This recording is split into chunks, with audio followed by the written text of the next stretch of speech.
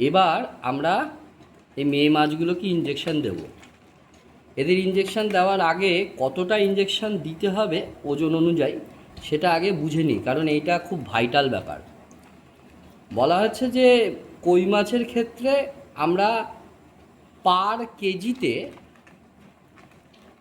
0.4 ml বা 0.5 ml পর্যন্ত injection দিতে পারি মেয়ে মাছের ক্ষেত্রে।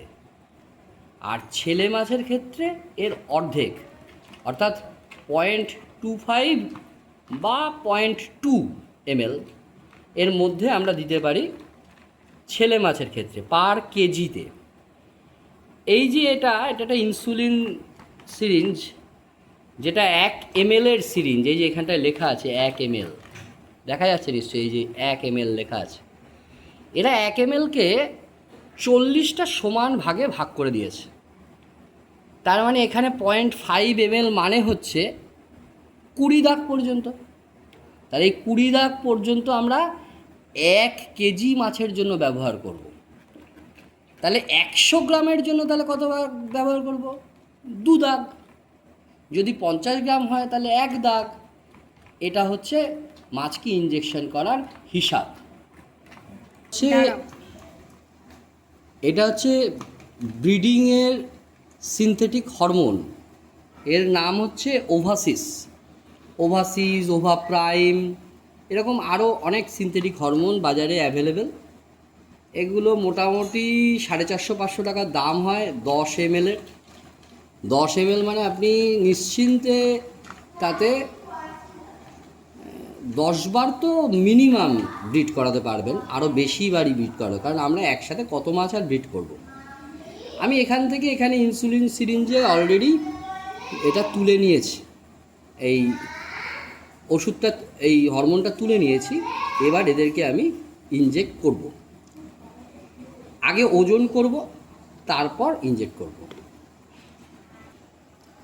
একটা মেয়ে মাছ তুলেছি, দেখা যাক এর ওজন কী হয়, সেই অনুযায়ী একে আমি ইনজেক্ট করব।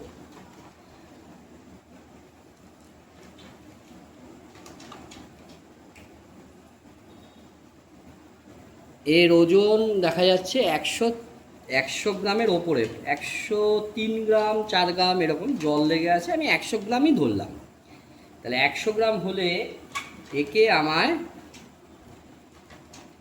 2 দাগ, এই সিরিঞ্জের 2 দাগ ইঞ্জেকশান পুশ করতে হবে। পুশ আমরা কোথায় কোথায় করতে পারি? মূলত দুটো জায়গায় ইঞ্জেকশান পুশ করা হয়। একটা হচ্ছে মাছটাকে যদি আপনি ধরেন, তাহলে মাছটার এই মাঝখান দিয়ে একটা রেখা যায়, এর ওপরের দিকে, নিচের দিকে নয়, নিচে কিন্তু ডিম থাকে, এই ওপরের দিকে 30 ডিগ্রি অ্যাঙ্গেলে এখানে দিতে পারেন মাসেলে। আর একটা জায়গা যেখানে আমি ইঞ্জেকশন করে আপনাকে দেখাবো, সেটা সবচেয়ে ভালো জায়গা। সেটা হচ্ছে এই যে পাখনাটা, যেটা কানকোর ঠিক পাশে থাকে, একে যদি আপনি উল্টে নিয়ে ধরেন, তাহলে এর গোড়ায় একটা ফোলা মতো অংশ থাকে। এই জায়গাটা দেখাতে পারছি আলোতে? হ্যাঁ, এই যে আমি উল্টে ধরেছি পাখনাটাকে, এই জায়গাটাতে আমরা ইঞ্জেকশন পুশ করতে পারি। এবং এটা যেহেতু ব্রেনের কাছাকাছি, ইঞ্জেকশনটা কি করবে? ওর ব্রেনকে উদ্দীপ্ত করবে ব্রিডিংয়ের জন্য। তো সেই হরমোনটা এইখানে পুশ করলে তাড়াতাড়ি কাজ করবে এবং অপেক্ষাকৃত ভালোভাবে কাজ করবে। আমি এখন এটাকে ধরেছি, ধরে এবার ইঞ্জেকশনটা করব। একার পক্ষে ধরে ইঞ্জেকশন করা সম্ভব, আপনাদের দেখাচ্ছি আমি সেটাই। আমি এক হাতে, এই বাঁ হাতে এটা ধরলাম, এর পাখনাটাকে উল্টালাম, ছটকাবে, অসুবিধা নেই কিছু। এই পাখনাটাকে উল্টালাম, এইভাবে ধরবেন, এইভাবে, যাতে এই কাটা যে থাকে না, এটা যেন হাতে না লাগে।